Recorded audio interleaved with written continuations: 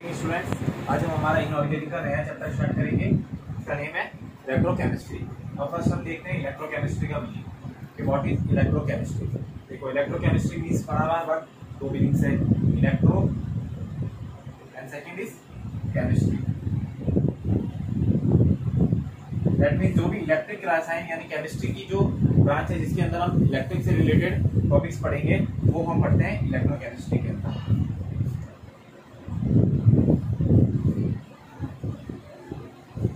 Electric से related topics, ठीक है। तो अब इलेक्ट्रोकेमिस्ट्री डेफिनेशंस क्या होगी? The branch in which we study about the electrical and chemical reactions. The branch of chemistry, sorry, यहाँ पे आएगा of chemistry, in which we study about the electrical and chemical reactions of cell, ठीक है। यानी हमें electrical और chemical जो reactions है वो सेल की हमें इसके अंदर इलेक्ट्रोकेमिस्ट्री के अंदर पढ़ना है। तो हम स्टार्ट करते हैं इलेक्ट्रोकेमिस्ट्री के अंदर क्या क्या आता है। देखिए, हमारे कोर्स में इलेक्ट्रोकेमिस्ट्री के अंदर जो 2 टाइप्स के सेल, पहला है इलेक्ट्रोकेमिकल सेल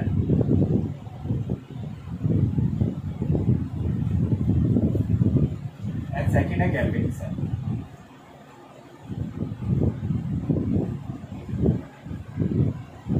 अब सबसे पहली टर्म आती है सेल।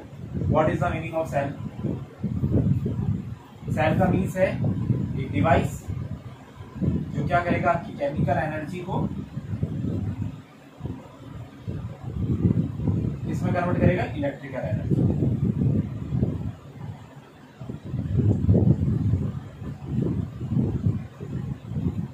ठीक है, केमिकल एनर्जी को इलेक्ट्रिकल एनर्जी में कन्वर्ट करने वाले एप्रेटस को क्या कहते हैं? सेल। अभी सेल में आपके 2 टाइप्स के सेल हैं। फर्स्ट आता है इलेक्ट्रोकेमिकल सेल और सेकंड आता है गैल्वेनिक सेल। अब हम देखते हैं इलेक्ट्रोकेमिकल सेल।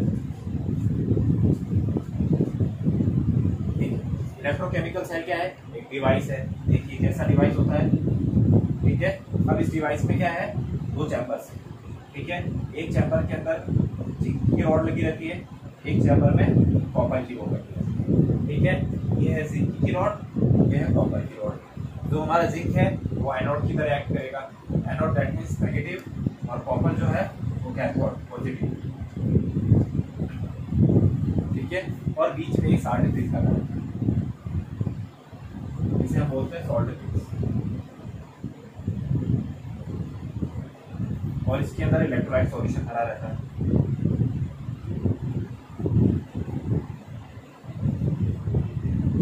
ठीक है। ये हो गया एक सेल, मतलब ये एक नॉर्मल सेल है। जो नॉर्मल सेल होते हैं हम इसको इलेक्ट्रोकेमिकल सेल कहते हैं।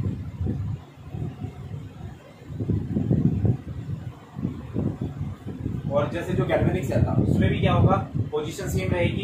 एक इलेक्ट्रोड, 2 इलेक्ट्रोड्स रहेंगे, इलेक्ट्रोलाइटिक सॉल्यूशन रहेगा, सॉल्ट ब्रिज रहेगा, ये सब। लेकिन क्या होता है, उसका प्रोसेस अलग है और इलेक्ट्रोकेमिकल सेल का प्रोसेस अलग है। अब इलेक्ट्रोकेमिकल सेल में हम देखते हैं डिफरेंट टाइप्स के करंट। केमिकल सेल में क्या होगा, जो करंट की सप्लाई होगी हमेशा वो जाएगी जिंक से कॉपर की ओर। दैट मींस जो इलेक्ट्रिक करंट का फ्लो है वो माइनस से प्लस की ओर होगा, ठीक है। अब क्या होता है, हम इलेक्ट्रोकेमिकल सेल में एक सेल पढ़ते हैं डैनियल सेल, ठीक है। ये जो पोजीशन है, ये जो डायग्राम हम लेते हैं, ये लेते हैं डैनियल सेल का। यानी इलेक्ट्रोकेमिकल सेल का सबसे कौन सा पढ़ेंगे हम? Daniell cell. अब डैनियल सेल के अकॉर्डिंग क्या होता है, जो इलेक्ट्रोकेमिकल सेल है कहते हैं उसको डैनियल सेल कहते हैं, एक ही बात है। तो इसमें जो इलेक्ट्रोलाइटिक सॉल्यूशन, जो इलेक्ट्रोलाइटिक सॉल्यूशन क्या होता है, जो सॉल्यूशन जिसके अंदर क्या होते हैं, आयंस प्रेजेंट होते हैं। जैसे ये जिंक की रॉड है, तो इसमें कौन सा सॉल्यूशन होगा? जिंक सल्फेट, ठीक है। इसमें हमने कॉपर की रॉड रखी है, that means copper sulphate solution है इसके अंदर। क्योंकि सॉल्यूशन होगा तभी इसमें इलेक्ट्रिक आयंस का फ्लो होगा। Without flow of ions electricity does not appear. That means इसके अंदर कॉपर सल्फेट है, सॉरी इसके अंदर कॉपर सल्फेट है, इसके अंदर जिंक सल्फेट है। दैट मींस अब इसके अंदर जिंक के जो आयंस है वो कॉपर में ट्रांसफर होंगे और कॉपर के आयंस इसमें ट्रांसफर होंगे जिंक में। इससे क्या होगा, जो दोनों के बीच में है वो रिएक्शन चलेगी जिंक के अंदर इलेक्ट्रिक करंट फ्लो होगा, जिससे जिंक क्या होगा Zn+2 प्लस 2 इलेक्ट्रॉन्स में डिवाइड हो जाएगा, ठीक है। और कॉपर के अंदर क्या होगा, जो कॉपर के आयंस है वो 2 इलेक्ट्रॉन एक्सेप्ट करके कॉपर में कन्वर्ट हो जाएंगे। दैट मीन्स यहाँ पे क्या हो गया, 2 इलेक्ट्रॉन चले गए, तो दैट मीन्स इसका हो गया ऑक्सीडेशन, और इसने 2 इलेक्ट्रॉन्स एक्सेप्ट कर लिए, इसका हो गया रिडक्शन। इन दोनों रिएक्शन से क्या पता चल रहा है, सेल के अंदर हमेशा कौन सी रिएक्शन होगी, रेडॉक्स। दैट मीन्स ऑक्सीडेशन और रिडक्शन इसमें हमेशा साथ चलेगा, यानी जो इलेक्ट्रिक करंट है वो हमेशा किस पे डिपेंड करता है, हमारी केमिकली लैंग्वेज में देखा जाए तो ऑक्सीडेशन और रिडक्शन पे। अब इससे क्या हुआ, जिंक का तो हो गया रिडक्शन ऑक्सीडेशन, और कॉपर आयन का हो गया, सॉरी जिंक का तो हो गया ऑक्सीडेशन और कॉपर आयन का हो गया ऑक्सीडेशन। ये कंटिन्यू चलता रहता है फ्लो, और इससे इलेक्ट्रिसिटी बनती रहती है। अब इसमें इलेक्ट्रिसिटी जो बनती है उसकी लिमिट होती है 1.1 वोल्ट तक। दैट मीन्स ये सेल 1.1 वोल्ट तक इलेक्ट्रिक करंट देते रहते हैं। क्या होगा, जब इनमें सप्लाई चलती है इलेक्ट्रोलाइट सॉल्यूशन से, तो इन सेलों के ऊपर क्या होता है, डिस्चार्ज होने लग जाता है इसका आयंस का। जब ये आयन डिस्चार्ज होने लग जाएंगे तो इसके अंदर क्या होंगे, ये जो सेल है वो डेड होने लग जाते हैं और थोड़े टाइम में डिस्चार्ज हो जाते हैं। दैट मीन्स इनकी जो मैक्सिमम कैपेसिटी है वो इलेक्ट्रिक करंट फ्लो करने की वो 1.1 वोल्ट तक रहती है। सेल लेते हैं गैल्वेनिक सेल।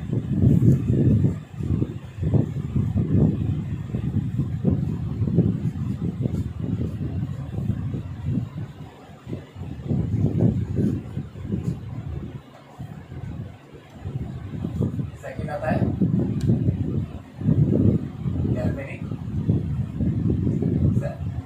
अब गैल्वेनिक सेल में भी क्या है, चैम्बर्स वही है, सेम प्रोसेस। क्या होगा, इलेक्ट्रोलाइटिक सॉल्यूशन है फिलअप, इसमें भी, इसके अंदर भी इलेक्ट्रोलाइटिक सॉल्यूशन फिलअप है। इसके अंदर जिंक है, इसके अंदर कॉपर है, ये कैथोड की तरह एक्ट करेगा, ये एनोड की तरह एक्ट करेगा। इसमें भी जिंक सल्फेट फिलअप किया हुआ है और इसमें कॉपर सल्फेट फिलअप किया हुआ है। पूरा प्रोसेस वही है, लेकिन क्या होता है, एक इसके अंदर इलेक्ट्रिक पाथ और ऐड कर दिया जाता है। सॉल्ट ब्रिज भी ऐड रहेगा। सॉल्ट ब्रिज क्या करता है, इसके अंदर दोनों के बीच में एक आइसोलेशन यानी that means equilibrium, sorry isolation equilibrium की पोजीशन बनाए रखता है। इक्विलिब्रियम की पोजीशन से क्या है कि इसका सॉल्ट जो है इस सॉल्ट में फिलअप नहीं हो जाए और सॉल्ट का सॉल्ट इस सॉल्ट में फिलअप नहीं हो जाए, जिससे दोनों के अंदर जो क्वांटिटी है वो इक्विलिब्रियम स्टेज पे रहती है। ये काम होता है सॉल्ट ब्रिज का, ठीक है। तो अब इसमें क्या करेंगे, एक्सटर्नल चार्ज जोड़ देंगे। हम इसको गैल्वेनिक सेल को अलग लैंग्वेज में क्या कह सकते हैं, चार्जिंग सेल। देखिए, जो हमारे इलेक्ट्रोलाइटिक सेल में पढ़ा था हमने डैनियल सेल, वो होता है वन टाइम यूज।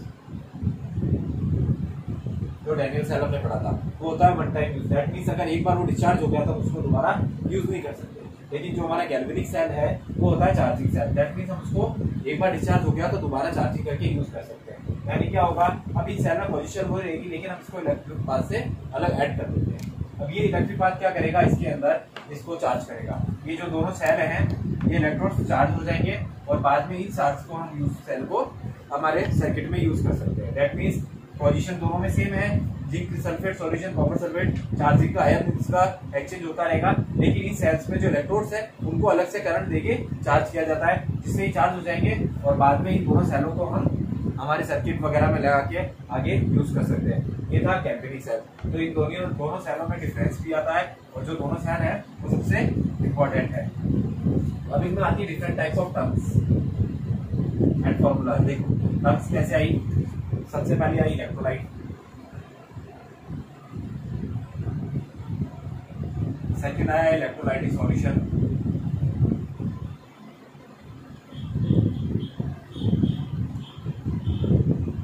थर्ड आया इलेक्ट्रोड्स, ठीक है। फोर्थ क्या आया इसके अंदर, सॉल्ट ब्रिज।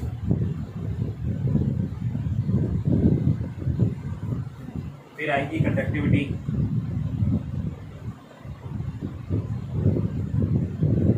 ठीक है। ये टर्म्स थी। अब इन टर्म्स को एक बार देख लेते हैं। जैसे इलेक्ट्रोलाइट है, इलेक्ट्रोलाइट क्या हो गया, दैट मींस जो हमने इलेक्ट्रोड्स लगाए वही हमारे क्या है, इलेक्ट्रोलाइट्स है। यानी हम इलेक्ट्रोड्स को अलग टर्म्स में नहीं रख के इलेक्ट्रोलाइट में ही काउंट कर सकते हैं। जो हमने कौन से लिए थे यूज में, जिंक एंड कॉपर के, ठीक है। ये थे हमारे इलेक्ट्रोड्स। फिर आया इलेक्ट्रोलाइटिक सॉल्यूशन। इलेक्ट्रोलाइटिक सॉल्यूशंस क्या होंगे? The solution which contains the ions of zinc sulphate and copper, sorry ions of zinc and copper which is use in electric cell for, इसके लिए यूज आएंगे फॉर इलेक्ट्रिक करंट।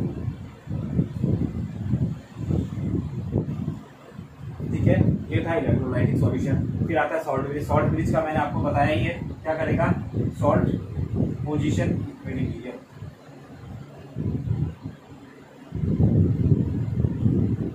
यानी दोनों salts की जो position है उसको कांस्टेंट रखेगा, इक्विलिब्रियम स्टेट में रखेगा। अब नेक्स्ट टर्म आती है कंडक्टिविटी। कंडक्टिविटी क्या हो गई? जो इसकी इलेक्ट्रिसिटी जनरेट करने की capacity, electric current generate capacity is called conductivity.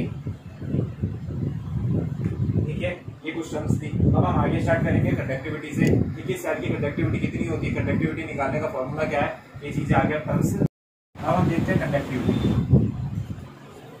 देखो कंडक्टिविटी में भी क्या है? दो टर्म्स है, एक कंडक्टिविटी आता है और एक मोलर कंडक्टिविटी आता है। दो टर्म्स है आपके उसमें, कंडक्टिविटी,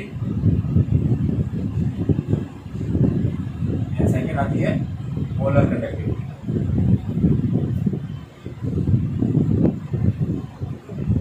ठीक है, अब देखते हैं कंडक्टिविटी। कंडक्टिविटी मींस क्या हो गया? नंबर ऑफ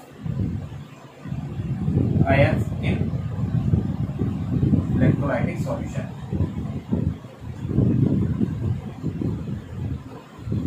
मैंने आपको पहले ही कहा इलेक्ट्रिक करंट किस पे डिपेंड करेगा? Transmission of charge. अगर फिजिक्स की लैंग्वेज में देखते हैं तो किस पे डिपेंड करता है करंट? चार्ज के ऊपर। ठीक है, केमिस्ट्री में क्या होगा? चार्ज कहां से आएगा? आयंस के थ्रू। और आयंस किससे आएंगे? इलेक्ट्रोलाइटिक सॉल्यूशन से आएंगे। दैट मींस क्या हो गया? जो कंडक्टिविटी है वो किस पे डिपेंड करेगी? आयंस के ऊपर डिपेंड करेगी। तो क्या होता है? Conductivity is directly proportional to the number of ions. ये होता है कंडक्टिविटी, यानी जिसके अंदर जितने ज्यादा आयंस होंगे उस सॉल्यूशन की कंडक्टिविटी उतनी ही ज्यादा होगी। और मोलर कंडक्टिविटी का मींस क्या है? जो पर मोल्स में, यानी नंबर ऑफ आयंस को हम किस में ले लें? मोल्स में ले लें।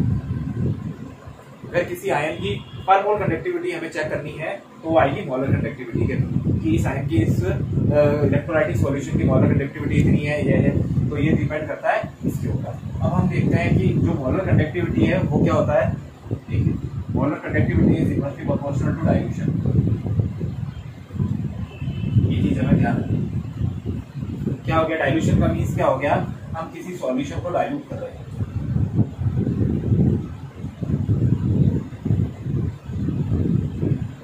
ठीक है, हमारे केमिस्ट्री में जैसे हम एसिड्स यूज करते हैं, जैसे H2SO4 है। ठीक है, इसमें दो वैरायटी होती है, कंसंट्रेट एक डाइल्यूट। ठीक है, कंसंट्रेट में क्या होगा? जो H2SO4 है उसके आयन सबसे ज्यादा होंगे और जो डाइल्यूट है उसके अंदर H2SO4 के आयन सबसे कम होंगे। यानी अगर हम डाइल्यूट कर रहे हैं तो क्या कर रहे हैं? Decreasing in number of ions, यानी जो आयंस है उसको हमने डिक्रीज कर दिया। अगर आयंस को ही डिक्रीज कर दिया तो उसकी मोलर कंडक्टिविटी इजीली डिक्रीज हो जाएगी, यानी मोलर कंडक्टिविटी डिक्रीज होगी तो उसकी कंडक्टिविटी डिक्रीज हो जाएगी। ये दोनों टर्म्स आपस में इंटरकनेक्ट रहती हैं, यानी जो कंडक्टिविटी है वो डायरेक्टली प्रोपोर्शनल टू हम कह सकते हैं मोलर कंडक्टिविटी। ठीक है, ये है कंडक्टिविटी और मोलर कंडक्टिविटी का कॉन्सेप्ट।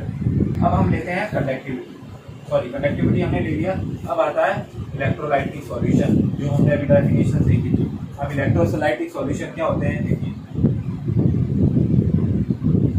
Electrolytic solution. अब इलेक्ट्रोलाइटिक सॉल्यूशंस में भी क्या फर्क पड़ेगा? इसमें भी दो तरह के होते हैं। एक होता है वीक इलेक्ट्रोलाइट्स,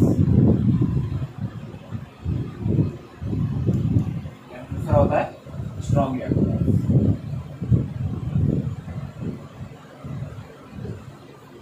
अब क्या होगा? जो वीक इलेक्ट्रोलाइट्स है, वीक इलेक्ट्रोलाइट्स क्या करेंगे? जो आयंस का है एक्सचेंज वो बहुत स्लो होगा और लैस होगा। दैट मीन्स जो उसमें आयंस की कमी है, जो आयंस है वो कम होंगे, और जो एक्सचेंज है आयंस का, यानी जो जिंक से फ्लो हो रहा है कॉपर की और जो कॉपर से अगेन फ्लो हो रहा है जिंक की ओर, ये भी बहुत स्लो होगा। दैट मीन्स वो होंगे वीक इलेक्ट्रोलाइट्स, ठीक है। और स्ट्रॉन्ग इलेक्ट्रोलाइट्स में क्या होता है कि जो एक्सचेंज है जिंक से कॉपर की ओर, कॉपर से जिंक की ओर, ठीक है, यानी कैथोड से एनोड और एनोड से कैथोड जो करंट है फ्लो वो भी एक्सचेंज स्पीड से होता है। और इनमें आयंस क्या होते हैं, आयंस के नंबर ऑफ कंसंट्रेशन भी ज्यादा होती है। दैट मीन्स ये हाईली कंसंट्रेटेड सॉल्यूशन है और ये डाइल्यूट सॉल्यूशन है। दैट मीन्स जो इनकी मॉलर कंडक्टिविटी होगी वो ज्यादा होगी, जो इनकी मॉलर कंडक्टिविटी या कंडक्टिविटी कह सकते हैं वो लेस होगी। दैट मीन्स जो वीक इलेक्ट्रोलाइट्स है उनके ऊपर लेस इलेक्ट्रोलाइटिक इफेक्ट रहेगा और इसके ऊपर स्ट्रॉन्ग इलेक्ट्रोलाइटिक इफेक्ट रहेगा। अगर हम इनको ग्राफ के अकॉर्डिंग देखते हैं तो वीक इलेक्ट्रोलाइट्स में हमेशा करंट में ग्राफ इस डायरेक्शन में जाएगा और स्ट्रॉन्ग इलेक्ट्रोलाइटिक में अगर हम ग्राफ का फ्लो देखते हैं तो इस डायरेक्शन में जाएगा। दैट मीन्स यहाँ पे क्या आ जाएगा, उसकी कंडक्टिविटी और यहाँ पे इलेक्ट्रोलाइटिक सॉल्यूशन।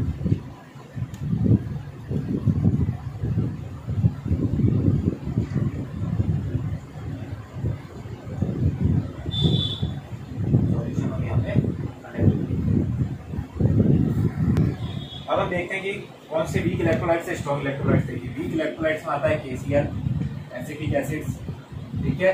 स्ट्रॉन्ग इलेक्ट्रोलाइट्स अभी हमने लिया ही है, जिंक सल्फेट, कॉपर सल्फेट, ये जो एसिटिक एसिड, पोटेशियम क्लोराइड्स वगैरह, ये जो इलेक्ट्रोलाइट्स थे इनका पहले बहुत यूज आता था। मतलब जब स्टार्टिंग में जो इलेक्ट्रोलाइटिक सेल्स थे उनमें स्टार्टिंग के अंदर हम एसिटिक एसिड के सेल्स वगैरह का यूज करते थे, लेकिन अब जो होता है वो zinc sulphate, copper sulphate, lead, cadmium, अलग अलग तरह के जो सॉल्यूशंस या इलेक्ट्रोलाइट्स आ गए उनका यूज करते हैं। तो ये थे इलेक्ट्रोलाइटिक सॉल्यूशंस के ऊपर। कंडक्टिविटी और इलेक्ट्रोलाइटिक सॉल्यूशंस का क्या है, इसकी डेफिनेशंस वगैरह या टाइप्स में पूछ सकते हैं कि कौन सा सॉल्यूशन इलेक्ट्रोलाइटिक है, स्ट्रॉन्ग है, वीक है।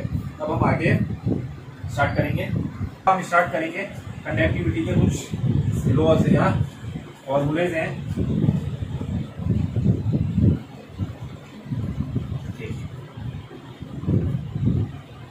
लॉज कह सकते हैं, लॉज ऑफ कंडक्टिविटी। हमारे फिजिक्स में ऑलरेडी पढ़े हुए आप लोगों ने सबने। क्या होता है, पहला आता है ओम्स लॉ, ठीक है। ओम्स क्या कहता था, जो V है वो directly proportional to R। That means जो करंट की वेलोसिटी है वो उसके रेजिस्टेंस के डायरेक्टली प्रोपोर्शनल होती है, या हम इसको कह सकते हैं V = IR, ठीक है। ये था ओम्स। ओम्स का क्या आई आ गया, ओम्स कांस्टेंट, और R तो हमारा है रेजिस्टेंस और V है पोटेंशियल, यानी इसको हम कंडक्टिविटी भी कह सकते हैं। तो क्या हो गया, V = IR, यानी अगर हम रेजिस्टेंस, अब रेजिस्टेंस क्या होता है, जो रेजिस्टेंस क्या है, जो करंट में सप्लाई हो रहा है फ्लो, दैट मीन्स अगर वो फ्लो डायरेक्टली स्मूथली चल रहा है तो उसमें कोई रेजिस्टेंस नहीं है। और अगर उसके अंदर चलने के अंदर आयंस के अंदर प्रॉब्लम्स आ रही है, दैट मीन्स जिगजैग पाथवे है या डायरेक्ट पाथवे है, अगर वायर स्मूथ नहीं है, अलग अलग टाइप्स की जो इम्प्योरिटीज हैं, तो उसकी वजह से क्या होता है, उसके अंदर रेजिस्टेंस पैदा हो जाता है और रेजिस्टेंस उसकी वेलोसिटी को डिक्रीज कर देगा। इसलिए जो है रेजिस्टेंस की वेलोसिटी, या हम इसको कंडक्टिविटी जो डायरेक्टली प्रोपोर्शनल होती है और कंडक्टिविटी = IR। ये था ओम्स के अकॉर्डिंग। ओम्स के बाद आता है हमारा एक रेजिस्टेंस टर्म। ये रेजिस्टेंस को कैसे कैलकुलेट करेंगे,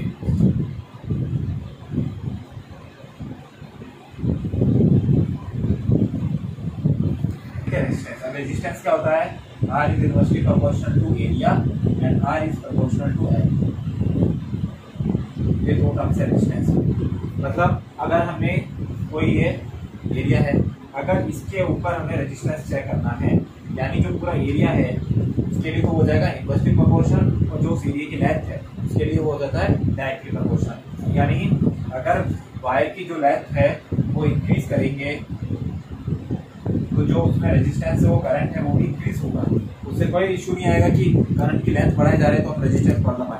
लेकिन अगर हमने एरिया बढ़ा दिया, यानी उसकी लेंथ और विड्थ और हाइट तीनों चीजें बढ़ा दी, तो क्या होगा, उसका रेजिस्टेंस डिक्रीज होता जाएगा। इसीलिए कहते हैं कि जो रेजिस्टेंस है वो डायरेक्टली प्रोपोर्शनल टू L। अगर प्रोपोर्शनल का साइन हम हटाएंगे तो इसमें एक आता है sin 2 का L/A। जो इस रो को हम क्या काम करते हैं, ओम कांस्टेंट। हमने ओम लॉ के अंदर तो कांस्टेंट को क्या लिया था, I, लेकिन रेजिस्टेंस के अंदर आता है ये साइन। इससे क्या होगा कि जो रेजिस्टेंस है वो इंक्रीज होता है, लेंथ के इंक्रीज होने पे और एरिया के इंक्रीज होने पे रेजिस्टेंस डिक्रीज होता है।